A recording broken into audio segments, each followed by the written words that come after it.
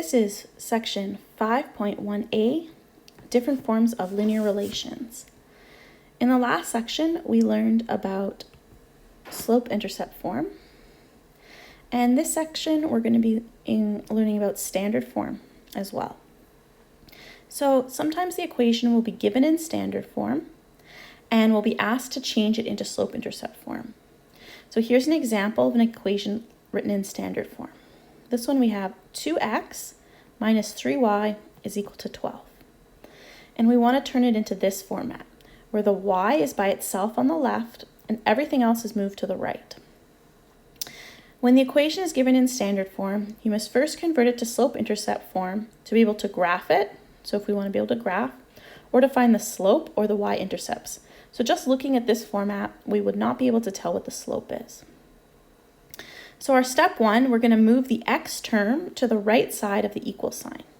So we're going to be taking this, the x, and any number and sign that is in front of it, and we're going to move it over to the other side of the equals. Now with equation solving, if we want to move something across the equals line, we're going to have to subtract it. So we're going to subtract the 2x, we're going to move them both at the same time, like they're stuck together. We're going to subtract it from both sides. When we do that, it's going to cross out the 2x on this side. So we're left with minus 3y, and it's going to move it onto the other side. Now I can't combine this negative 2x and this 12 because they're not like terms. One has an x and one doesn't. So I don't combine them together. I'm just going to write them next to each other. The other thing is, if I look at my equation up here, the x term goes first before the number by itself, the b. So I'm going to write it the same way. I'm going to write minus 2x and then plus 12. I could have put it at the end and then moved it later, but it's just easier to get into the habit of putting it first so that it's in the same format here. Okay, the next thing is if I look at my equation, there's nothing at all in front of my y. The y is isolated.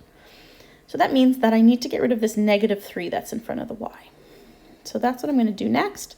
I'm going to, the negative 3 is multiplying the y, so the opposite of that would be to divide. So I'm going to divide everything by negative 3. Okay.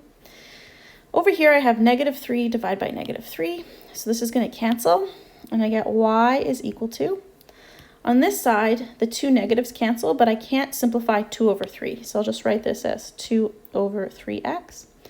And then finally, I have 12 divided by negative 3. Well, 12 does divide by negative 3. It becomes negative 4. So this is my final answer in slope-intercept form. Y is equal to 2 over 3x minus 4. So we can try another one. If you want, at this point, you could pause the video, give this a try, and then see if you've gotten it right. So first, we're going to move this guy to the other side. We want to move it to the other side of the equal, so we're going to subtract 4x from both sides. So we have minus 5y is equal to negative 4x plus 6. Okay, so we always do our subtracting step first, so we do that first. Then whatever's in front of our y, now we're going to divide by that. So we're going to divide by everything by negative 5. So here we end up with y is equal to 4 over 5x. And then here we have plus 6 over negative 5. So the negative wins, 6 over 5. Okay, and this time we can't simplify our fractions. So this will be our final answer. So that's changing from standard forms to slope-intercept form. Now, why would you want to do this? Well, if you're given an equation in standard form, there's absolutely no way to graph it other than using a computer program unless you put it into slope-intercept form. So if we want to graph an equation in standard form, our step one, we're going to use algebra to transform it into slope-intercept form. From that point on, we're going to use the same process that we learned in the last lesson. So identify the y-intercept and graph that point. Then graph two more points using the slope, counting from the y-intercept, and then draw a line.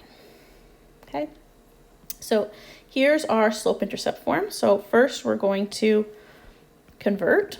So minus 2x. So we'll subtract our x term first.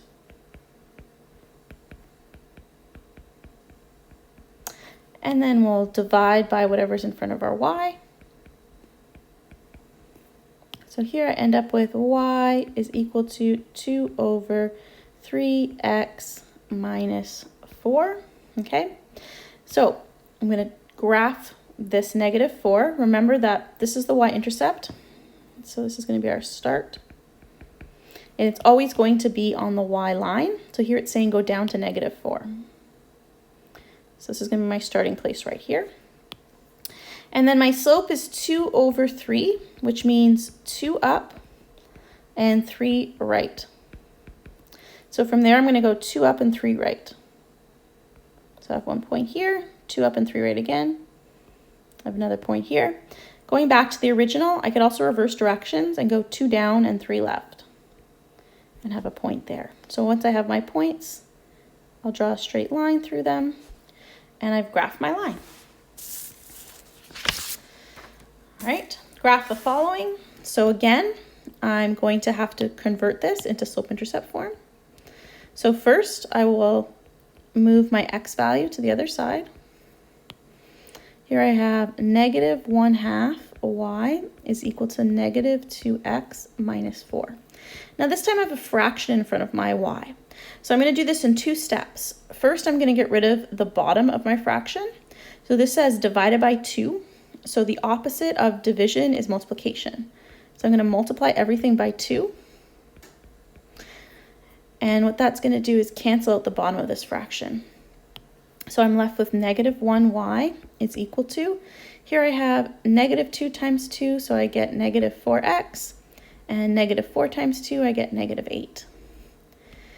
Now I still have this negative 1 in front of the y, so now I'm going to divide everything by negative 1. And I get y is equal to 4x plus 8. Okay. Now I have to graph this. So 1, 2, 3, 4, 5, 6, 7, 8. So it would be up here. 1, 2, 3, 4, 5, 6, 7. Okay. And then my slope is, so this is where I start. My slope over here is 4. So remember, to turn a slope, we're going to take this whole number and turn it into a fraction. So 4 over 1. So this is 4 up, 1 right. Now, if I did 4 up, 1 right, it would take me way off the graph. So I want to reverse that. I'm going to do 4 down and 1 left. Okay. So 1, 2, no, sorry, this is 1, 2, 3, 4, and then 1 left. So my next one will be here. 2, 3, 4 here. And then again, 1, 2, 3, 4 here. 1, 2, 3, 4. Okay, so we have our points. I'm gonna make this one, just so we know this is where we started, I'll make it pink. And then you can draw your line through them. All right. Here's the next one we have. So first we're gonna move the x term. Now the x term has a fraction in front of it this time. It doesn't matter, we just move it the same way. Subtract it from both sides. Oops, I did it in the wrong color. 3y is equal to negative 3 over 4x minus 3. Now we're going to divide everything by the number in front of the y, which is 3. So we get y is equal to, now over here, we kind of have this weird double fraction situation. So I'm going to deal with this over to the side here. So this is saying negative 3 over 4. And remember, this bar means divide. So I'm going to write divided by 3. And if I'm dividing by a whole number, if I want to turn it into a fraction, I put it over 1. Now remember that when you're dividing by a fraction, you can flip the second fraction and change it to multiply. So I'm going to do it like this. negative 3 over 4 times, now I have 1/3. Now I can see right away that I can simplify by crossing the 3 out over here and over here if I wanted to. Now if you didn't notice that, you could do negative 3 over 12, just multiply the tops together and the bottoms, and then you can simplify by dividing the top and bottom by 3. So you can either cancel out before you multiply or do it afterwards. So we end up with negative 1 over 4. So here we have y is equal to negative 1 over 4x minus, now 3 divided by 3 is going to be 1. Okay. So for this one, we're going to start off by going down to negative 1. So I'll put my mark here. And then my slope here is negative 1 over 4, which is saying 1 down and 4 to the right. Okay. Remembering that negative only goes to the top. The bottom is always going to be right. And if it's negative, it's down instead of up. So here we're going to go 1 down and 4 to the right. 1, 2, 3, 4. Now I couldn't do that again. I would go off the graph. So if I want, I can reverse both. Go 1 up and 4 left. 2, 3, 4. Right here. And then I can connect those with a ruler and draw my graph. Okay. All right. So that is going from standard into slope-intercept form. Now sometimes you have to go the other way around. You start with slope-intercept form and you have to convert to standard form. So change from slope-intercept form to standard form. Now there's 2 things that you have to note about standard form. First of all, for true standard form, there can be no fractions. So these ones actually that we were doing they weren't in standard form, they were just in an alternate form. But you can't have any fractions in standard form. And the a value, the very first number, has to be positive. It can't be a negative number. So how are we going to do this? Well, if we have fractions, we're going to remove them by multiplying by the denominator. So here we have a 3, that's a fraction, so we'll multiply everything by that number to get rid of the fraction. If we don't have any fractions, we can skip this step. 2, we're going to isolate the constant by moving the x term to the left-hand side.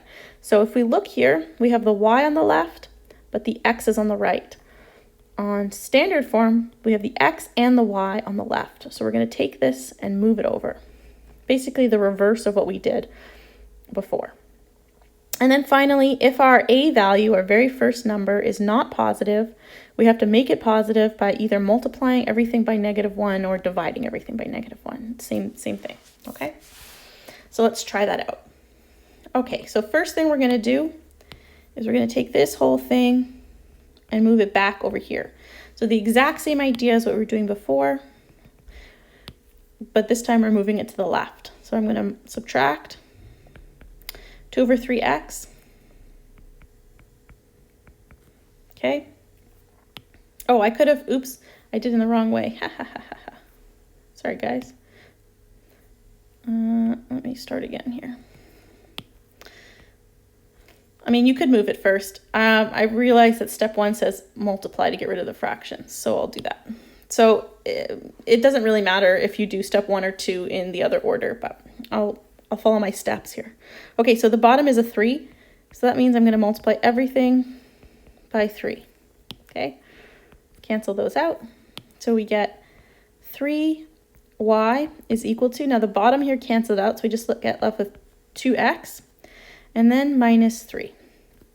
Okay, now we're going to move this guy over. So we'll subtract it from both sides. And this is going to cancel. So now, and the other thing is, again, here, I could put this behind the y, but if I look at the final form, the x term is in front of the y term. So we're going to organize it. So we're going to write the minus 2x first, and then there's no sign in front of this 3, so that means it's a plus. Plus 3y is equal to -3. Okay, so I put this in front. And now finally, we're going to make a positive. So here we have a negative in front of our 2. We don't want that. So either I'm going to multiply everything by -1, or I'm going to divide everything by -1. It doesn't really matter which one you pick. I'm just dividing here, and that will change all the signs. So here we get 2x minus 3y is equal to 3. And we have now turned this into standard form. So here's our standard form. One last thing with standard form, sometimes we have two fractions and they have different denominators. So to get rid of these fractions, we're going to multiply everything first by one of the numbers to get rid of this. And then we're going to go back and do it again with the other one. So first one is 5. So first we're going to multiply everything by 5 to clear our fractions. So this becomes 5y is equal to negative 3x. So here these just cancel out. Now we have a fraction. So I'm going to do this off to the side. So we have 3 over 4 times 5. Now, again, we have a whole number. So if we're multiplying with a fraction, we want to make sure to put it over 1.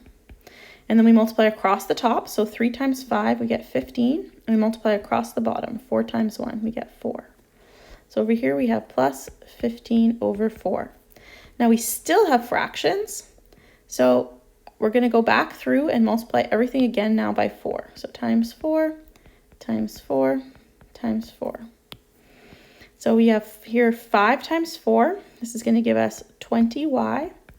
Negative 3 times 4, we get negative 12x. And then on this one, the divide by 4 and multiply by 4 just cancel. So we have plus 15. So now we've cleared our fractions. Now we want to add 12x to both sides to move this over. And we're going to write it in front of the y. So 12x plus 20y is equal to 15. And then our step 3, we're going to check. This is our very first number in front of the x. It's positive. So that means we don't need to change the sign at all. And that means that this is our final answer. And that's the end of this section.